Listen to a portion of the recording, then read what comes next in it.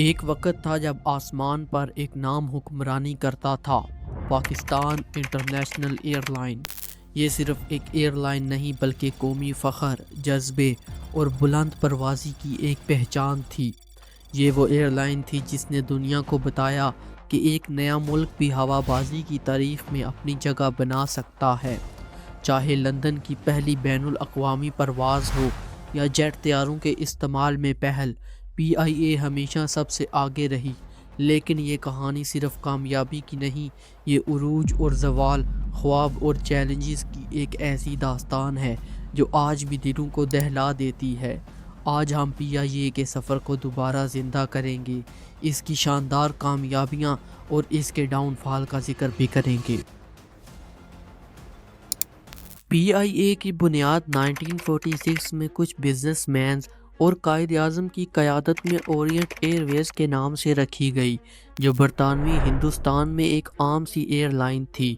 یہ air line دوسری جنگ عظیم کے فوراً بعد قائم کی گئی اور اپنے ابتدائی دنوں میں ملک کے اندر ہی ہوائی خدمات فراہم کرتی تھی۔ پاکستان بننے کے بعد 1955 میں اورینٹ ایئر ویز کو پاکستان میں منتقل کر دیا گیا اور اس کا نام رکھا گیا پاکستان انٹرنیشنل ایئر لائن۔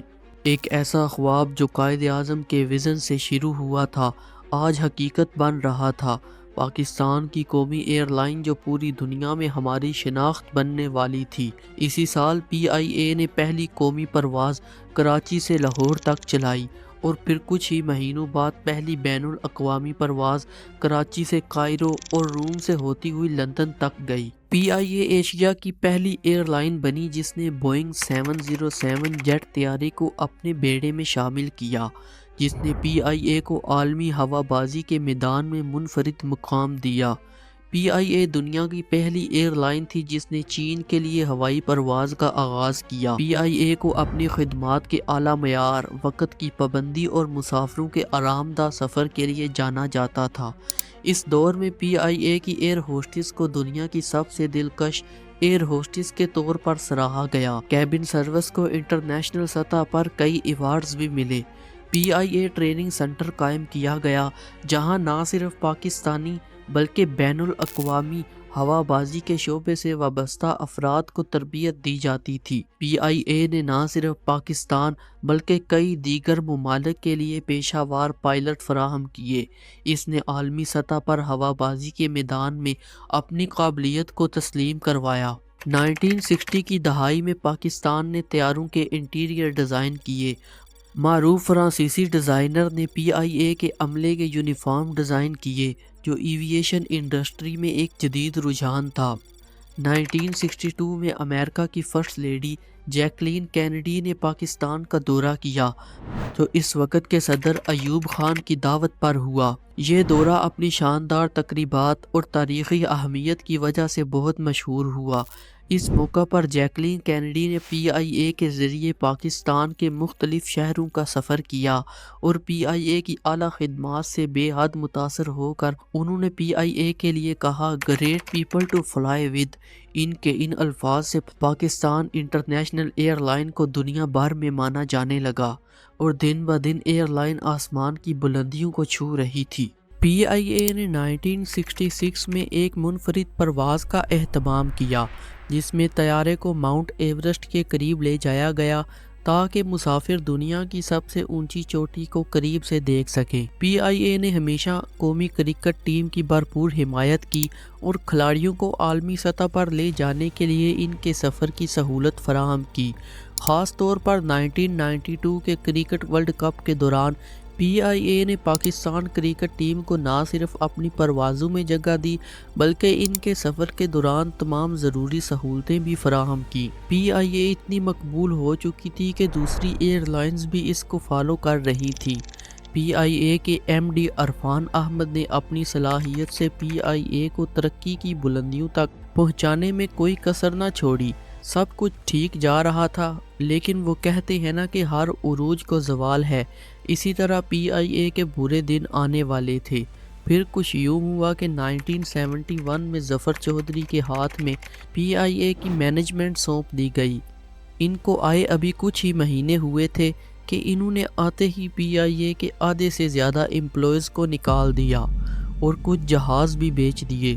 یہ قدم اس لیے اٹھایا گیا تھا کہ 1971 میں انڈیا پاکستان کی جنگ کے بعد پاکستان کو ایک گہرے نقصان سے نکالنا تھا۔ اس فیصلے سے پاکستان کو فائدہ تو ہوا، لیکن PIA کو آنے والے وقتوں میں مشکل کا سامنا تھا۔ اس کے بعد 1972 میں ایک اور غلط فیصلہ کیا گیا۔ اس وقت پرائم منسٹر تھے ذوالفقار علی بھٹو، جن کا فیصلہ یہ تھا کہ PIA کو گورنمنٹ کے انڈر لے لیا جائے۔ اس سے پہلے PIA ایک خود مختار ادارہ تھا، لیکن نیشنلائزیشن کے بعد حکومت نے ایئر لائن کے فیصلوں پر مکمل کنٹرول حاصل کر لیا تھا۔ اس کا نقصان یہ ہوا، PIA میں سیاسی مداخلت بڑھ گئی، سفارشوں کی بنا پر لوگوں کو نوکریاں ملنے لگیں، زیادہ ملازمین بھرتی کیے گئے، جس سے ادارے پر مالی بوجھ بڑھ گیا۔ ایک طیارے کے لیے عملے کی تعداد ضرورت سے زیادہ ہو گئی۔ نیشنلائزیشن کے بعد PIA کے خسارے بڑھنے لگے، کیونکہ انتظامیہ کی توجہ منافع سے زیادہ سیاسی اور غیر ضروری فیصلوں پر ہو گئی۔ اضافی عملہ اور بڑھتے ہوئے اخراجات نے ادارے کو مالی مشکلات میں ڈال دیا۔ بھٹو کے بعد آنے والی حکومتوں نے PIA کو سیاسی مقاصد کے لیے استعمال کرنا شروع کر دیا۔ 1990 کی دہائی کے بعد PIA کی ساکھ کمزور ہونے لگی۔ پروازوں کی تاخیر، طیاروں کی دیکھ بھال میں کمی، کسٹمر سروس کے معیار میں گراوٹ، ان تمام عوامل نے عالمی مسافروں کا اعتماد کم کر دیا، جس سے زیادہ تر جہاز خالی جانے آنے لگے۔ دن بہ دن PIA کو نقصان ہونے لگا۔ یورپی یونین اور دیگر ممالک میں PIA کی پروازوں پر پابندیاں لگا دی گئیں، جو کہ بدقسمتی سے آج بھی برقرار ہے۔ صرف 2023 کے اختتام تک PIA کا مجموعی قرضہ 740 ارب روپے تک پہنچ چکا تھا۔ پاکستان انٹرنیشنل ایئر لائن، ایک نام جو کبھی دنیا کے آسمانوں پر فخر سے پرواز کرتا تھا، ایک ایئر لائن جو کبھی دنیا بھر میں پاکستان کا نمائندہ بن کر اڑتی تھی، لیکن وقت گزرنے کے ساتھ بدلتے حالات اور اندرونی مسائل نے اس عظیم ایئر لائن کو مشکلات میں ڈال دیا۔ آج PIA ایک مشکل دور سے گزر رہی ہے، لیکن یاد رکھیں، ہر طریق رات کے بعد روشن سویرا ضرور آتا ہے۔